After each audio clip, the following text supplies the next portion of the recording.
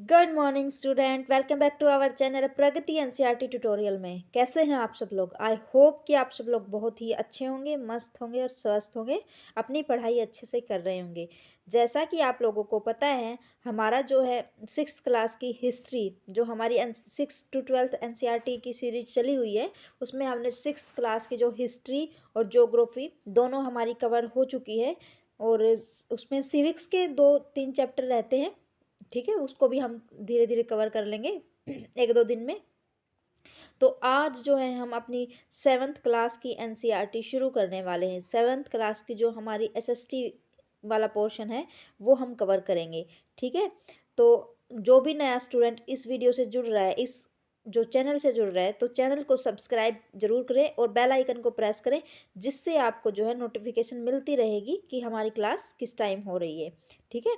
और अगर आपको ये सेशन पसंद आए, अच्छा लगे, तो चैनल को सब्सक्राइब करें और वीडियो को लाइक ज़रूर करें।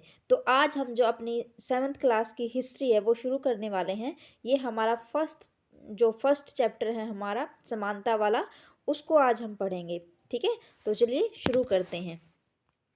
ये शिक्षकों के लिए इधर यहाँ से हम शुरू करेंगे समानता, ठीक है। तो चलिए शुरू करते हैं। भारतीय लोकतंत्र में समानता, ये हमारी आज फर्स्ट हेडिंग है, ठीक है। और जो नया स्टूडेंट इस वीडियो से जुड़ रहा है, तो पहले तो अभी इस चैप्टर को हम पढ़ेंगे, उसके बाद अब जो पीछे वाली हमने हिस्ट्री 6th वाली कवर की है, उसको ज़रूर जाके देखिए, क्योंकि ये सारी जो है क्लासेस 6 से, पहले 6 से तो वो एक बेसिक हो गया, फिर थोड़ा सा एक पैड़ी ऊपर, एक स्टेयर ऊपर हम चढ़ेंगे तो 7th आएगी, फिर ऊपर ऐसे धीरे धीरे, मतलब ये एक दूसरे से कनेक्टेड है। हर क्लास, हर चैप्टर, एक भी चैप्टर स्किप नहीं करना है। तो जो नया स्टूडेंट जुड़ा है, मैंने प्लेलिस्ट बना रखी है हर एक सब्जेक्ट की, ज्योग्राफी की, सिविक्स की और हिस्ट्री की। तो प्लेलिस्ट में जाके पीछे वाले चैप्टर भी अपना पढ़ के ज़रूर आएँ, ठीक है, तभी आगे वाली चीज़ें हमें समझ आएंगी। तो चलिए शुरू करते हैं। जो हमारा आज का चैप्टर फर्स्ट है, क्लास 7 का फर्स्ट हेडिंग हमारी है भारतीय लोकतंत्र में समानता। भारतीय संविधान सब व्यक्तियों को समान मानता है। इसका अर्थ है कि देश के व्यक्ति, एक सेकेंड, इसको थोड़ा सा बड़ा कर लेते हैं, ठीक है। इसका अर्थ है कि देश के व्यक्ति, चाहे वे पुरुष हो या स्त्री, किसी भी जाति, धर्म, शैक्षिक और आर्थिक पृष्ठभूमि से संबंध रखते हों, वे सब समान माने जाएंगे। लेकिन इसके बाद भी हम यह नहीं कह सकते कि समानता, जो असमानता है, वो खत्म हो गई। असमानता तो कभी खत्म ही नहीं होती, हर कहीं ना कहीं देखने को मिलती ही है, ठीक है। चाहे वो ऑफिस हुए या फिर स्कूल हुए या कोई भी निजी काम हुआ, तो असमानता तो हर जगह रहेगी, कहीं गरीबी की, अमीरी की, ठीक है। और छोटे बड़े की भी रहती ही है। लोग ऐसे ही कहने में समानता आ गई है, लेकिन वो चीज़ है नहीं, लोगों के दिमाग में फिर भी रहता है कि ये मेरे से छोटा है, मतलब वो चीज़ें हैं अभी पर्यावरण में, ठीक है, नेचर में है। तो उसमें यही बताया गया है कि असमानता खत्म हो, मतलब ऐसा हो ही नहीं, ये एक सेकंड, हम यह नहीं कह सकते कि असमानता खत्म हो गई है। यह खत्म नहीं हुई है, लेकिन फिर भी कम से कम भारतीय संविधान में सब व्यक्तियों की समानता के सिद्धांत को मान्य किया गया है। जहां पहले भेदभाव और दुर्व्यवहार से लोगों की रक्षा करने के लिए कोई कानून नहीं था, अब अनेक कानून लोगों के सम्मान तथा उनके साथ समानता के व्यवहार को सुनिश्चित करने के लिए मौजूद है। मतलब आगे देखते हैं हम इधर। समानता को स्थापित करने के लिए संविधान में जो प्रावधान है, उनमें से कुछ निम्नलिखित है। प्रथम, कानून की दृष्टि में हर व्यक्ति समान है। इसका तात्पर्य क्या हुआ, एक सेकंड यहाँ से देखेंगे। प्रथम क्या है, कानून की दृष्टि में हर व्यक्ति समान है। इसका तात्पर्य यह है कि हर व्यक्ति को देश के राष्ट्रपति से लेकर कांता जैसी घरेलू काम वाली जो नौकरी करने वाली महिला है, सभी को एक ही जैसे कानून का पालन करना है। दूसरा, किसी भी व्यक्ति के साथ उसके धर्म, जाति, वंश, जन्म स्थान और उसके स्त्री या पुरुष होने के आधार पर भेदभाव नहीं किया जाएगा। देखिए, यहाँ से भी क्वेश्चन बन सकता है, कैसे कर सकते हैं उसके साथ भेदभाव? नहीं कर सकते, मतलब नहीं किया जाता। किसी के धर्म, उसको उसके धर्म को लेके, उसकी जाति को लेके, उसके वंश को लेके, या उसके जन्म स्थान को लेके, या कि वो स्त्री है या पुरुष, इसके आधार पर किसी से भी भेदभाव नहीं किया जा सकता। तीसरा क्या है, हर व्यक्ति जो है सार्वजनिक स्थानों पर जा सकता है, जिसमें खेल के मैदान हो गए, होटल हो गए, दुकान हो गई और बाजार आदि सम्मिलित है, उसमें शामिल है। ठीक है, तो पहला क्या हुआ हमारा, बताइए। जो हमारा प्रथम था वो क्या था, प्रथम था कि कानून की दृष्टि में हर व्यक्ति समान है। ठीक है, मतलब चाहे वो राष्ट्रपति हुआ या घर में काम करने वाली कोई भी महिला हुई, ठीक है, हर किसी के लिए जो कानून है वो समान है। और दूसरा हमारा क्या हुआ कि किसी भी व्यक्ति के साथ उसके धर्म, वंश और जन्म स्थान, और या फिर वो स्त्री है या पुरुष, उसके आधार पर उसके साथ भेदभाव नहीं किया जाएगा। और तीसरा क्या है कि चाहे कोई भी है, कोई भी व्यक्ति है, उसको हर जगह जाने के लिए मतलब वो मान्य है, उसको वो जा सकता है। ठीक है, उसके साथ उसको भेदभाव नहीं करना होगा कि तुम खेल के मैदान में नहीं जा सकते हो, तुम होटल में नहीं जा सकते हो, या वो अपने अकॉर्डिंग मतलब जा सकता है। आजकल तो वही भाई, होटलों में जाएंगे तो कोई और तो खिलाने से रहा है, अपने पैसे से ही खाना है, तो मतलब वो जा सकता है, दुकानों में जा सकता है, बाजारों में जा सकता है। पहले ये चीज़ें नहीं होती थी। ठीक है, जो जब ज़्यादा छुआछूत चल रहा था उस टाइम पे, तो ये चीज़ें नहीं होती थी। लोगों को बाहर, होटलों के बाहर खड़े कर देते थे, खेलने नहीं देते थे बच्चों को, बच्चे जो है दूर खड़े होके देखते रहते थे। ठीक है, तो यहाँ से देखते हैं। देखिए ये एक पिक्चर दिखाई गई है, जो दीवार मूवी है, किस किस ने देखी है, चलिए कमेंट बॉक्स में कमेंट करिए। 1975 में बनी दीवार फिल्म में जूते पॉलिश करने वाला एक लड़का फेंके गए, मतलब वो फेंक के उसको पैसे दे रहा था, उठाने से जो वह इनकार कर देता है कि उसके काम की भी गरिमा और उसके उसे जो उसका भुगतान आदर के साथ किया जाए। वो कह रहा है कि मैंने अपना काम किया है, बड़े ही मतलब मान सम्मान से आपके जो वो काम था वो मैंने अपना किया है, आपकी मतलब आपका फ़र्ज़ बनता है कि मेरे काम का सम्मान करके उसको अच्छे से वो करें। ठीक है, देखें। तो यहाँ से देखते हैं, ये हमारे संसद, ये जो है संसद हमारे लोकतंत्र का आधार स्तंभ है, और हम अपने निर्वाचित प्रतिनिधियों के माध्यम से उसमें प्रतिनिधित्व पाते हैं। ये हमारे संसद की एक पिक्चर दिखाई गई है, यहाँ से देखते हैं। और चौथा क्या है हमारा, नहीं इधर से देखिए, ये इसी की लाइन है ऊपर, जो होटलों, दुकान, बाजार, कुओं, सड़कों और नहाने के घाटों का प्रयोग कर सकते थे। ठीक है, चौथा क्या है हमारा, अस्पृश्यता का उन्मूलन। ठीक है, छुआछूत वाला जो है चौथा है। ठीक है, पहला क्या था कि हर एक को कानून का मतलब कानून का अधिकार, उसको पालन करने का वो है। ठीक है, दूसरा क्या था, किसी के भी साथ जो है उसकी जाति, धर्म, लिंग को लेके भेदभाव नहीं करेंगे। तीसरा क्या था कि हर किसी को जो है बाजार में, कुओं पर, सड़कों पर नहाने, मतलब हर जो सार्वजनिक स्थल है उन पर जाने का उनको अधिकार है। और चौथा क्या है हमारा, अस्पृश्यता का उन्मूलन। चौथा क्या है हमारा, अस्पृश्यता का उन्मूलन दिया गया है। ठीक है, तो चलिए आगे देखते हैं। एक सेकेंड, इसको थोड़ा सा बढ़ा लेते हैं।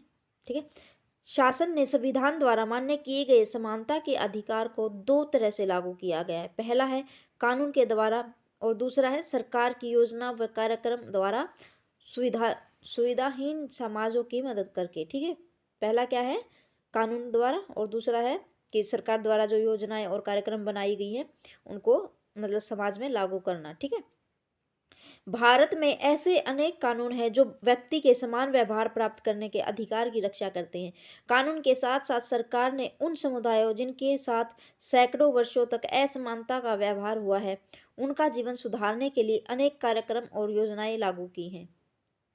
ये योजनाएं यह सुनिश्चित करने के लिए चलाई गई हैं कि जिन लोगों को अतीत में अवसर नहीं मिले, अब उन्हें अधिक अवसर प्राप्त हों। ठीक है, यहाँ देखते हैं आगे।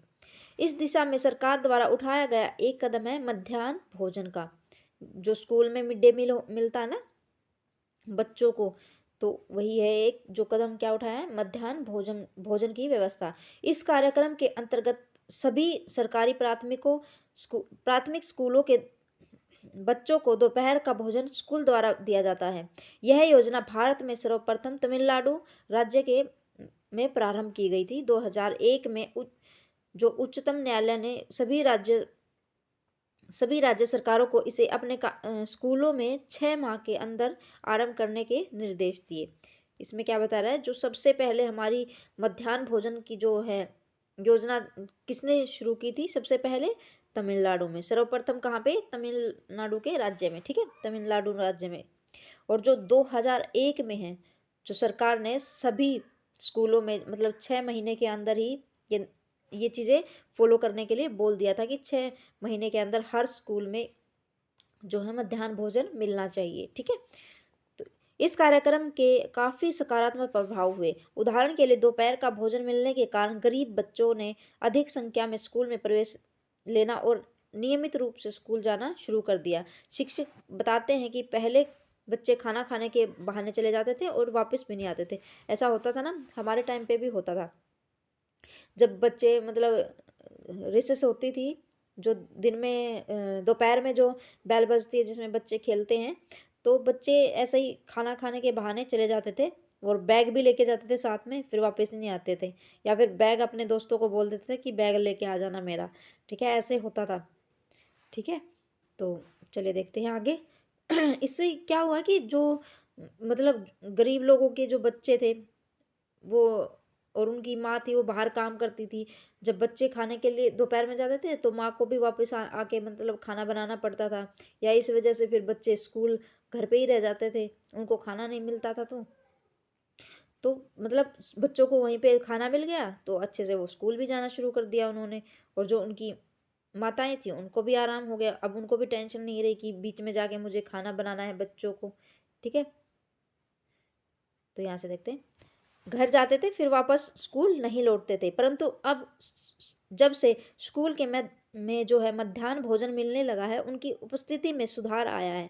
वे माताएं जिन्हें पहले अपना काम छोड़कर दोपहर को बच्चों को खाना खिलाने घर आना पड़ता था, अब उन्हें ऐसा नहीं करना पड़ता, क्योंकि स्कूल में ही खाना मिल जाता है। उनको टेंशन भी नहीं रहती अब कि बच्चा भूखा रहेगा कि क्या है, ठीक है। इस कार्यक्रम से जातिगत पूर्वाग्रह को कम करने में भी सहायता मिलती है, क्योंकि स्कूल में सभी जातियों के बच्चे होते हैं, सभी धर्म, सभी, ठीक है, और लिंग दोनों। और तो मतलब उनके वो आपस में बैठ के जब खाना खाते हैं तो जाति पूर्वाग्रह को भी मतलब कमी आई है उसमें, ठीक है। एक दूसरे को मतलब उसके बारे में बोलते नहीं हैं। और जो काम करने के लिए रखा गया है वो भी अनुसूचित जाति की महिलाओं को ही रखा गया है, ठीक है।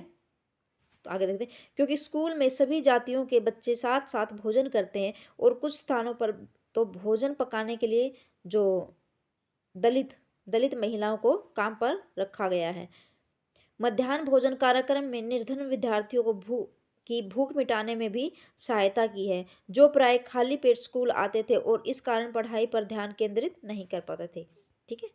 यहाँ से देखते हैं मध्याह्न भोजन कार्यक्रम क्या है, तो बताइए आप क्या है। अभी हमने ऊपर पढ़ा क्या है कि बच्चों के लिए वो बच्चे जो है बीच छुट्टी में ही चले जाते थे और अब वो प्रॉपर रूप से स्कूल में आएंगे, ठीक है, उनकी हाजिरी जो है पूरी रहेंगी। तो चलिए आगे देखते हैं यहाँ पे, यद्यपि शासकीय कार्यक्रम अवसरों की समानता बढ़ाने में महत्वपूर्ण भूमिका निभा रहे हैं, किंतु अभी भी कुछ करने की आवश्यकता है। मध्याह्न भोजन कार्यक्रम में निर्धन बच्चों को स्कूल में प्रवेश और उनकी उपस्थिति तो बढ़ा दी, लेकिन फिर भी इस देश में वे स्कूल जहां अमीरों के बच्चे जाते हैं उन स्कूलों से मतलब जो ये स्कूल हैं गवर्नमेंट हमारे जो हैं वो बहुत ही अलग हैं। जहां गरीबों के बच्चे पढ़ते हैं, आज भी देश में कई स्कूल हैं जिनमें ओम प्रकाश वाल्मीकि जैसे दलित बच्चों के साथ भेदभाव और असमानता का व्यवहार किया जाता है। इन बच्चों की को ऐसी असमान स्थितियों में ढकेला जाता है जहां उनके सम्मान की रक्षा नहीं हो पाती। कई अभी भी जो है सोशल मीडिया पे ऐसे ऐसे केस आते हैं कि अध्यापक ने जो है एक बच्चे को इतना मारा, ठीक है। बहुत मतलब बहुत सारी न्यूज़ ऐसी आती रहती हैं, ठीक है। आज भी मतलब वो चीज़ें हैं असमानता वाली।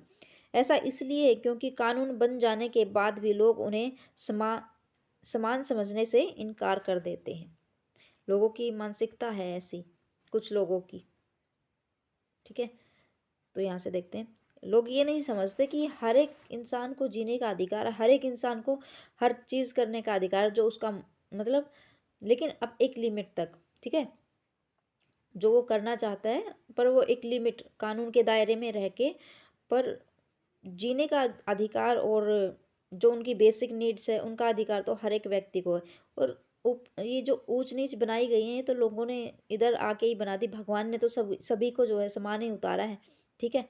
तो आप लोग जब टीचर बन जाइएगा तो ऐसा कभी मत करिए किसी भी बच्चे के साथ कि उसकी जाति को लेके या उसके धर्म को लेके उनके बीच में भेदभाव करिए। तो ऐसा बिल्कुल भी नहीं करना है आप लोगों को, ठीक है। पढ़ने का मतलब ही क्या होता है? पढ़ने का मतलब यही है अपने दिमाग को जो है मानसिकता को का बदलाव करना, उसको उच्च दर्जे में लेके जाना।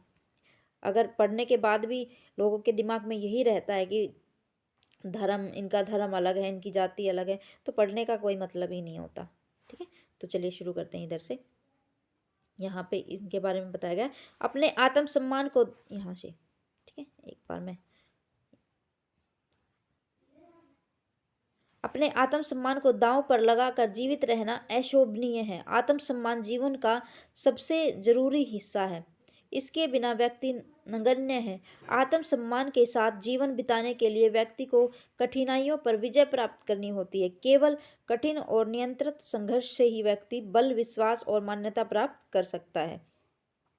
मनुष्य नासवान है, हर व्यक्ति को किसी न किसी दिन मरना है, परंतु व्यक्ति को यह संकल्प लेना चाहिए कि वह अपने जीवन का बलिदान आत्मसम्मान के उच्च आदर्शों को विकसित कर, एक सेकेंड यहाँ से देखते, आत्मसम्मान को जो है विकसित करने और अपने मानव जीवन को बेहतर बनाने में करेगा। और साहसी व्यक्ति के लिए आत्मसम्मान रहित जीवन जीने से अधिक अशोभनीय और कुछ नहीं है। ये किसने कहा है? डॉक्टर भीमराव अंबेडकर ने, कि हर किसी के लिए अपना जो आत्मसम्मान है वो बहुत ही इम्पोर्टेंट है, ठीक है। यहाँ से देखते हैं, इसका मुख्य कारण यह है कि दृष्टिकोण में बहुत धीरे धीरे परिवर्तन आता है।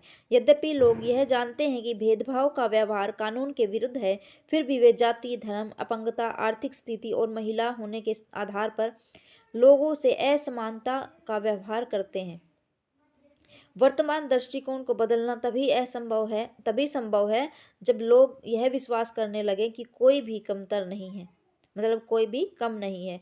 हर व्यक्ति सम्मानजनक व्यवहार का अधिकार है भाई, है ना। हर व्यक्ति को मतलब ये अधिकार है कि वो अपना सम्मान से जिए, किसी की कोई बेइज्जती किसी को नहीं करनी चाहिए किसी के धर्म, लिंग के आधार पर, ठीक है।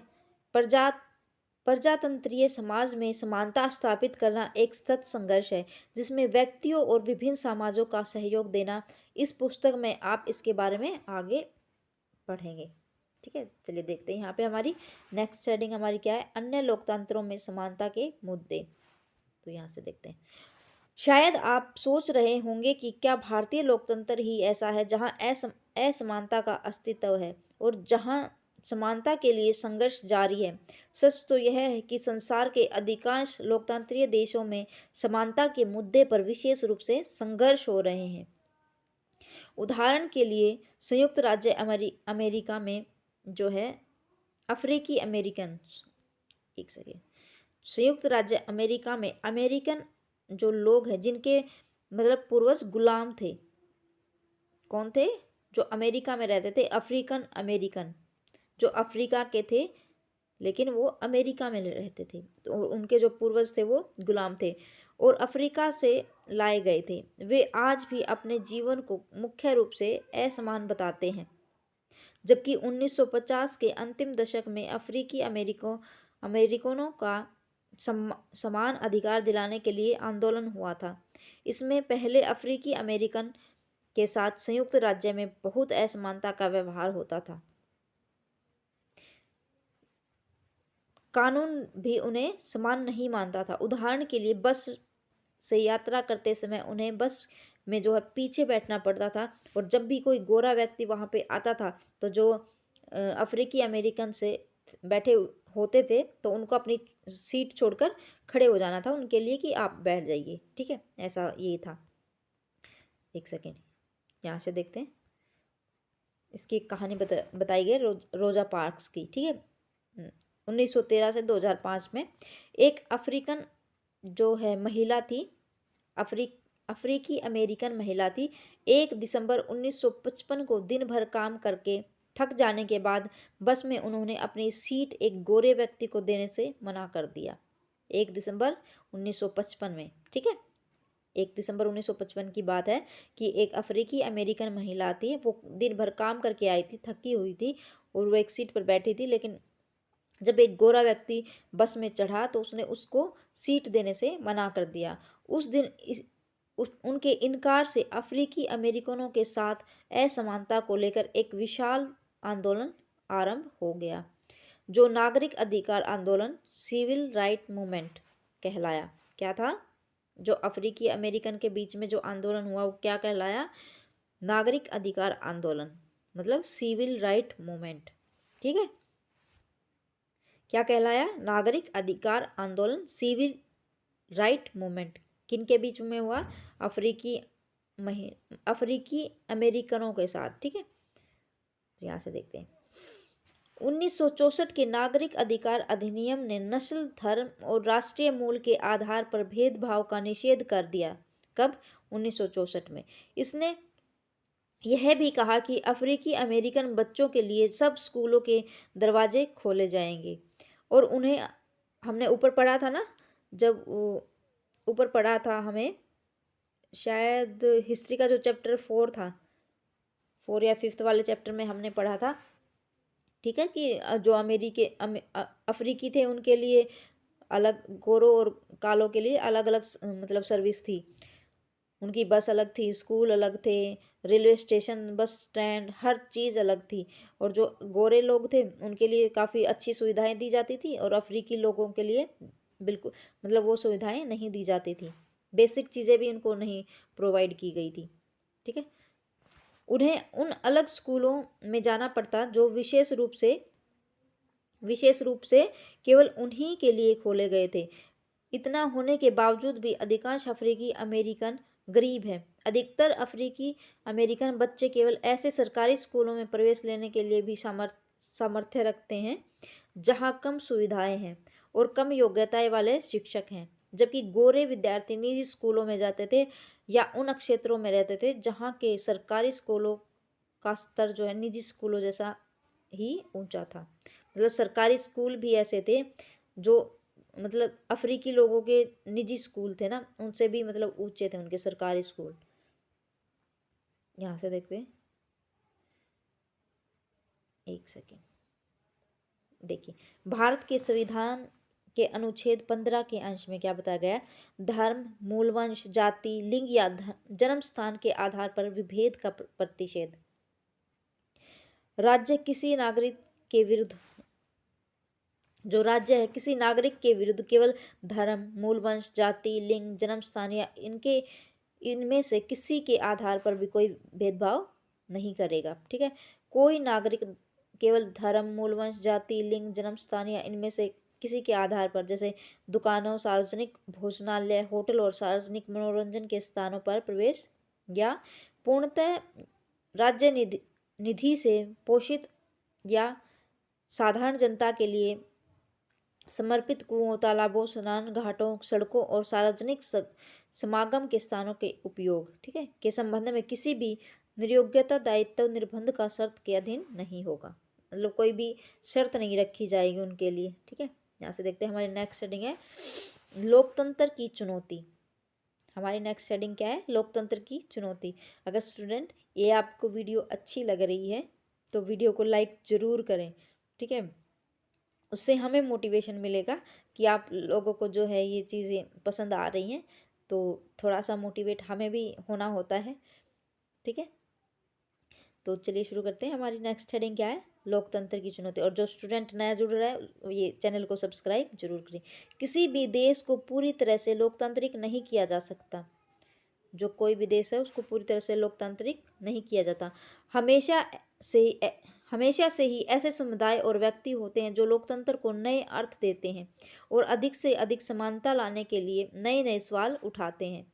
इसके केंद्र में वह संघर्ष जो उस सब व्यक्तियों को समानता और सम्मान दिलाने के पक्षधर हैं। इस पुस्तक में आप आगे पढ़ेंगे कि किस तरह समानता का प्रश्न भारतीय लोकतंत्र में हमारे दैनिक जीवन के विभिन्न पहलुओं को प्रभावित करता है। ठीक है, आगे देखिए कि क्या सब व्यक्तियों की समानता और उनके आत्मसम्मान को ऊंचा रखने की भावना को लोग स्वीकार कर रहे हैं। मतलब इस बात पर मतलब विचार कर देना। ठीक है, यहाँ से देख, चलिए स्टूडेंट, जो आज हमारा क्लास 7 का जो फर्स्ट चैप्टर है वो भी हमने कंप्लीट कर लिया है। ठीक है, देखिए आगे मतलब जब भी हम बढ़ते जाएंगे तो थोड़ा थोड़ा सा उसका लेवल अप होता ही जाएगा। तो इसको हम एक दो बार पढ़ेंगे ना तो ये बहुत अच्छे से समझ आ जाएंगी। एक कुछ नहीं है, ये बस एक स्टोरी की तरह हमें इनको अपने दिमाग में रिवाइज करते रहना है। ठीक है, एक दो बार पढ़ेंगे ना तो बहुत अच्छे से हमें ये चीज़ें समझ में आ जाएंगी। तो चलिए मिलते हैं हम अपनी नेक्स्ट वीडियो में। Thanks for watching.